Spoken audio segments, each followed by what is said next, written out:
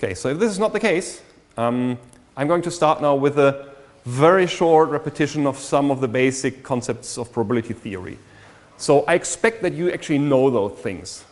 If you don't know those things, it may be worth reinvestigating or restudying those things. But we actually start from the very, very basics, and then the maximum we will reach today is something like Bayes' rule. So just kind of see that as a 30-minute repetition of what you should know about probability theory. If you know everything already, lay back, relax, and enjoy. If not, this may be worth reconsidering going to a textbook and reread about that. Okay, so in probability theory, if you start from the very, very basics, then we can start with the 3 basic axioms of probability theory, and everything else actually can be derived from that. The basic axioms are, the first one is that the probability of an event A is a value between 0 and 1. Next thing is the true event. So we're 100% certain that an event took place. The probability for this event equals to 1, and the probability for false, so that of the definitively wrong event, is 0. And we're saying the event that event A takes place or event B takes place is a probability that event A takes place plus a probability that event B takes place minus a probability that both events take place at the same point in time. Why is this? Why do we have to actually subtract that? If you kind of see the space of probability mass as kind of this box over here, so all states lie within that box, this is the probability of A, the probability of B, then we have this overlapping area of probability A and B, and if I'm kind of counting this area, then I would actually count this twice, and therefore I have to subtract that. So it's kind of just an illustration of these third axioms. But from these kind of 3 axioms here, I can actually derive everything else.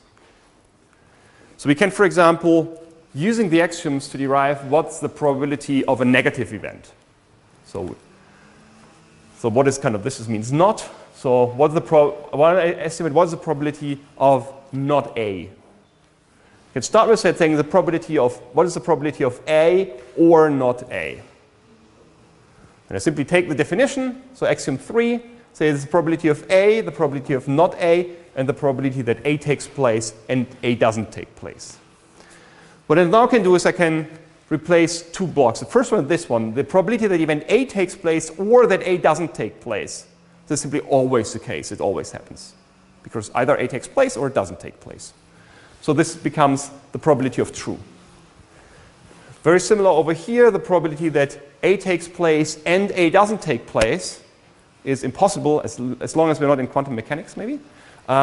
Then this is the false event, and this is 0. So I can replace this by 1 and 0. So at the result, I then can actually move the subtract probability of A to go from here to here. Or if the probability of not A is 1 minus the probability of A.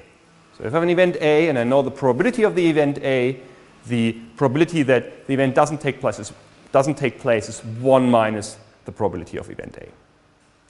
And in a very similar way, I can actually start deriving all the key elements of probability theory from the 3 axioms. So it's really, everything we start with are those 3 axioms. There's not more needed to derive all the rest. Okay, so let's become a little bit more concrete on what's relevant for us here. So one of the things we're often dealing with are random variables, and they can be discrete random variables and continuous random variables. So a discrete random variable is a random variable which can take a certain number or a countable number of possible values. So for example, if I have variable x, it can be in the state x1, x2, x3, x4, x5 until xn. So if you think, for example, about this land use example that we had before, so if I have, in this case, 4 classes, 1, 2, 3, 4, of what the different types of land use could be, then the probability of a certain land use can be expressed as 4 values. And this is the probability for the first class, for the second class, third class, and fourth class.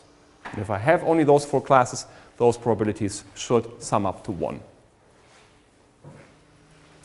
So we write the probability of x, my random variable taking the value xi, We typically write it in this way, just as kind of an abbreviation of not always writing P of x equals xi. We typically write P of xi is a probability that the random variable x takes the value xi.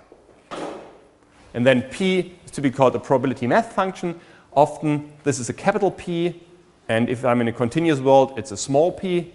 I tend to be a little bit sloppy with that, so often I write small p, not taking care of this is a discrete variable or continuous variable. This is just because of my laziness. But if you want to distinguish that, then people typically take a large p and a small p. If you're in a continuous world, then this is a small p, as written over here. And then, so x can take continuous values, so I don't have these discrete values, only this choice 1 to 4. So one example for that is if I'm in a 1D world, I want to estimate the position of myself in the 1D world. This is a continuous variable, and then what I typically get, if I want to estimate the probability where I am, I typically use a probability density function. This describes the density, and if I want then to compute the probability that I am in a certain area, let's say I'm within a small interval from here to here, I'm in this area, what I need to do, I need to integrate over this probability distribution. That's exactly what happens here. So if I say the probability that x is within a and b, so within a small area, I actually need to integrate this density function from a to b. Because the density function itself can also take values which are larger than 1 if the probability mass is concentrated in a very, very small region of the state space. So this is kind of one of the things that I hope you know, but and therefore I actually need to integrate over this area I'm interested in getting a certain knowledge what the probability that the system is in a certain area. Okay, next thing you probably all know is that all the probabilities sum up to 1. So if I'm taking into account all possible states, this sums up to 1. So if I'm in a discrete case and I have all my possible outcomes xi, if I take into account the probability of every possible outcome, they sum up to 1. This was a small example of the land use I had before with these 4 values, that is class 1, 2, 3, or 4, and there are only all 4 classes, then summing up those 4 values should end up at 1. If I'm in a discrete case, the integral from -infinity to infinity should end up in 1. So if I know my system is somewhere in the world, I integrate over the whole world, the probability must sum up to 1 because I know I am somewhere.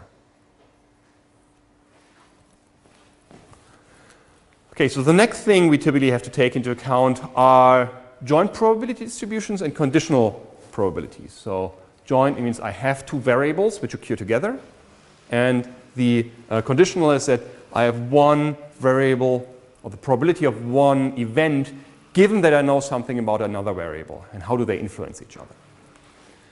Okay, so if I say the joint probability distribution, let's say I have 2 variables x and y, say p of x equals x and p of y equals y is typically written as p of x and y, like this.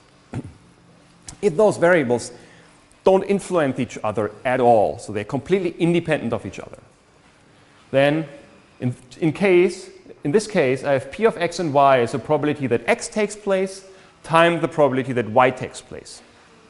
So if they are completely independent, so if I know in which state x is, and this doesn't influence anything about y, they are independent of each other, and I write it like this. Okay, and the next thing is kind of this notation, which you can typically read as given. What this means is the probability of x given I know y. So given I know in which state the variable y is, what can I say about x? Again, if they are independent, that doesn't matter at all. Y doesn't influence x at all, then this expression equals p of x. But if they are not independent, so they depend on each other, I need to take that into account. And the conditional probability, so p of x given y, is the joint p of x and y divided by p of y. So now I can actually multiply with p of y this equation, then I get the relation that p of x and y is the same than p of x given y times p of y. So you can compare this line over here with this line over here. You can see the difference is actually this given. If they are independent, this doesn't matter. Any knowledge about y doesn't influence x. And then I'm actually ending up at this equation. If this is not the case, if they are dependent on each other, then these two distributions are different. So in the end, I say if x and y are independent, then p of x given y equals p of x. Okay, then the next thing we typically exploit quite often is the law of total probability, which basically says that the probability of x can be written as the probability of x given y times p of y, summing about all possible outcomes of y.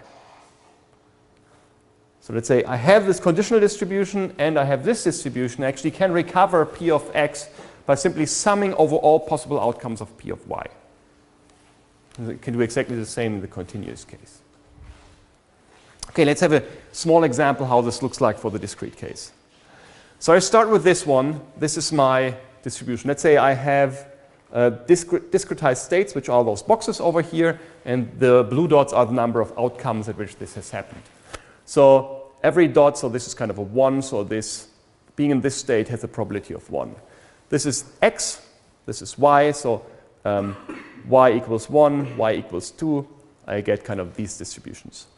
So what I can do is I can say, okay, what is p of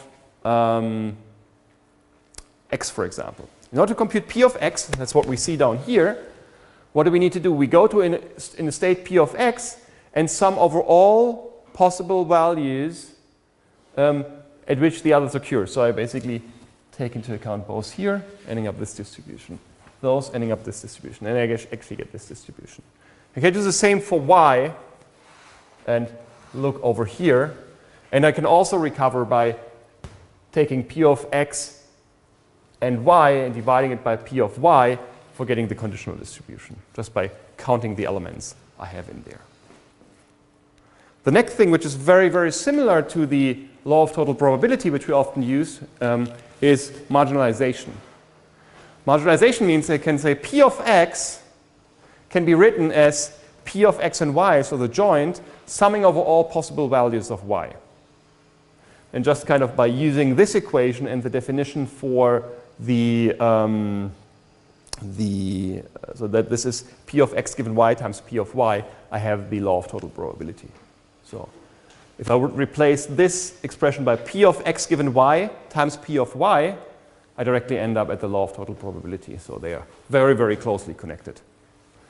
What this marginalization, or why this is where the name comes from, is that I typically want to marginalize out a variable. So I have a joint distribution, but I'm only interested in one of the variables. Simply what I can do is I take this joint, I simply sum overall values of the second variable, and then I obtain the distribution of the first variable. Okay, now let's use all that with a small example. So there's one of these absolute standard examples, a probability table of m and s, two variables here. In the original example, m was kind of male and not male, so female, and people which smoke and which are non-smoking. So let's say I ask a couple number of people, ask them, are you male, are you female, are you smoking, are you non-smoking?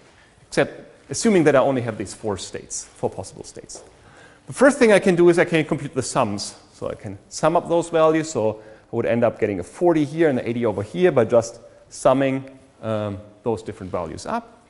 I can do the same here, the summation over here, and then I get a 55 here because 20 plus 35 is 55. I can do the same over here. Okay, now I can ask myself certain questions. So what is the probability of P of M and S? So the joint probability distribution, the joint probability for the event that the person I'm asking is male and is smoking. So what is P of M and S? The question to you. So how do I compute that? All values are there on the table. So I look to my whole population. So the whole population of people is 120. So I ask 120 people. How many of those 120 people are male and smokers? Male smokers. Male smokers, 20. So it's 20 divided by 120. Okay, that's easy. So probability of P of male and smoking is 20 divided by 120. So what is the probability of a male non-smoking person?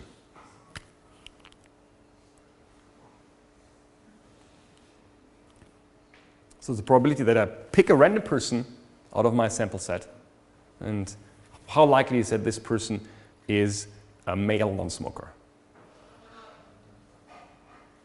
35 divided by 120. Thank you, yes. So 35 divided by 120. And I can, all the different probabilities I can very, very easily look up by just looking in my probability table. A few more things I may want to do is, so probability of being male. How do I obtain the probability of being male? So likely that the person that I ask is actually a male person. How do I get that?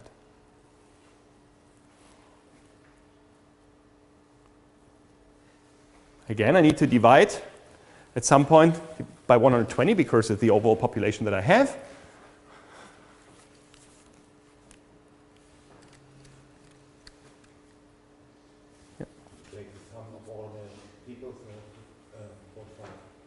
Yeah, so I need to take into account all males which are smoking and all males which are non-smoking. So it's 20 plus 35, which equals 55 divided by 120. So this is 55 divided by 120. What about the probability of catching a female? Do it exactly in the same way, yes? So it's 65 divided by 120. And then the probability that someone is a smoker, you do it the same way, sum up those two values, end up at 40 divided by 120. So I actually get those values over here. So these was kind of the elements of the joint distribution. These have been by marginalizing out one variable, and now I can actually compute also the conditionals. So what is P of M given S? How do I obtain that? I say, okay, P of M given S is P of M and S divided by P of S. So I can actually reduce this to the quantities I know how to determine. So this is P of M and S divided by P of S, just from the definition of the conditional probability. And then I can actually go back. I computed those values already. So this is 20 divided by 120 divided by 40 divided by 120. So I end up in 20 divided by 120 divided by 40 by 120 equals 20 divided by 40 means 0.5. And this way, I can recover all these individual elements over here. So the next thing, which is key, animation broke, is actually Bayes' rule, which is one of the very, very basic rules that you have to know. And Bayes' rule can be derived in a very, very trivial way. So I just write the definition of the joint probability of the relation between the joint probability distribution and the conditional distribution. So P of x and y is P of x given y times P of y. This is just the definition. What I can do is I can swap the variables x and y, saying P of x and y is the same as P of y and x. And in this way, I obtain for the same expression P of y given x times P of x, just by swapping those two variables. And now I can actually say, okay, it's the same, so those are equal. And I end up in having Bayes' rule saying P of x and y is P of y given x times P of x divided by P of y. Something which is also often called likelihood, prior, and evidence. So those individual aspects. And they allow me to kind of, if I have a conditional probability distribution, to swap those two values. And the reason why this is important is that quite often P of x and y, for example, is hard to compute, but P of y given x is much easier to compute. And therefore, it's pretty important to being able to kind of swap those two variables with some additional work in here, because this allows me to dramatically simplify my computations. And therefore, Bayes' rule is very important to a lot of different things. It's important for a lot of filtering techniques. It's important in classification. So all the tasks that we do at some point in time rely on Bayes' rule. I can also do Bayes' rule with background knowledge. So if I have another variable z, which adds some information. What I can basically do, I can add a z all over here and have the same thing. There's something which is called a Bayes rule with background knowledge. So then the variable z is my background knowledge. It's simply added to all the elements over here. And maybe I then can do some simplifications. Let's say I have this expression over here.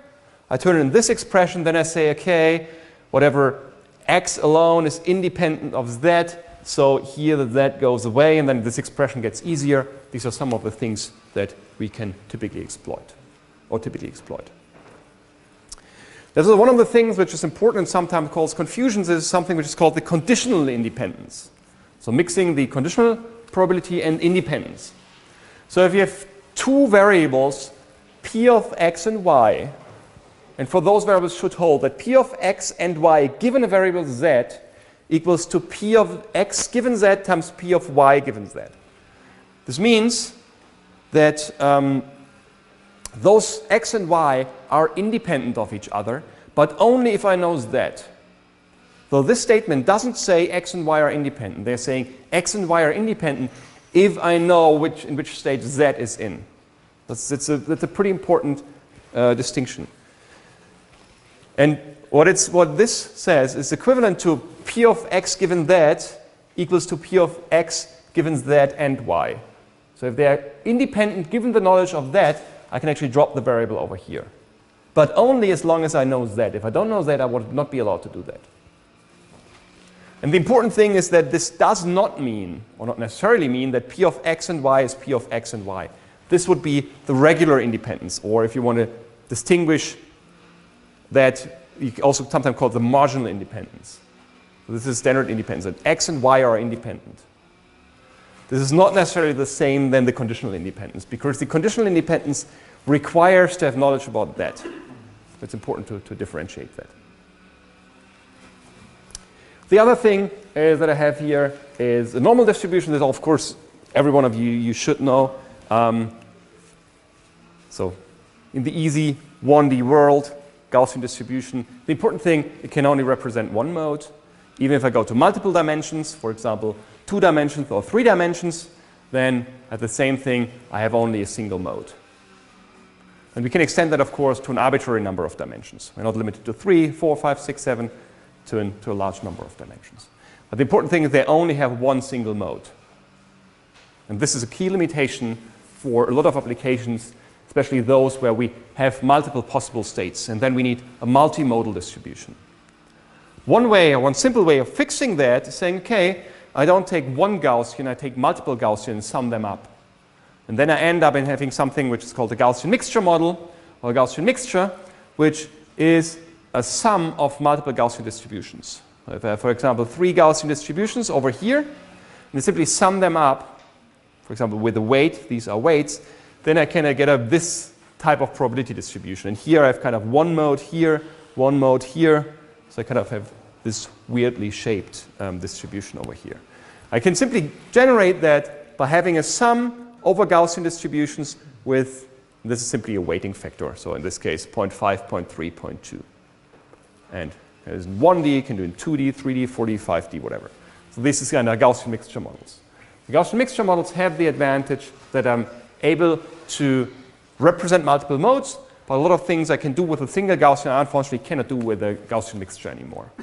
So if you think about whatever Kalman filtering, you can't easily squeeze sum of Gaussian or a Gaussian mixture into the particle filter. That's much more tricky to do that. Okay, so that's it about that. In terms of the literature, and these are kind of not, that actually should have been presented before this slide, so not for the probability theory. It's actually the literature slide for the overall course. There's one script by Wolfgang Förstner, Photogrammetry and Fernerkundung, that he used in previous years. There's only some overlap with this course here. So, but some of the aspects in there, especially in classification, you may look into that. I will upload it on eCampus. But there's a substantial difference in the way he was teaching this course and I'm teaching this course. So there's just kind of a small overlap. In terms of the pattern recognition task, a book that I can always recommend is The Bishop on Pattern Recognition and Machine Learning. It's a very, very good textbook. It may not be the most easy to understand textbook. It's pretty good if you have you get a bit experienced or have heard something already, it's a very, very good reference. For first-time read, I sometimes find it a little bit hard to understand. What I recommend in those cases is the Alpayadin, Introduction to Machine Learning, which I found the most excellent, easy-to-grasp textbook. We have it upstairs in the library if you want to have a look to that. I can really, so I learned it with this book and I was extremely happy about that in the beginning. Also, a standard textbook on pattern recognition is the Duda Hart. It's also a really, really good textbook. But if you think something is a little bit too complicated, I would really start with this book. It's nice, it does everything in 1D first, then generalizes it to multiple dimensions, which is often easier to understand. So this is the book that I personally really, really like. And yeah, for the remote sensing part, although you may get some additional literature recommendation by Ribana on the remote sensing part as well. So is there any question about this first part over here? Okay, if this is not the case, we'll make a 5-minute break and then we start with some basics about laser scanning. Thank you.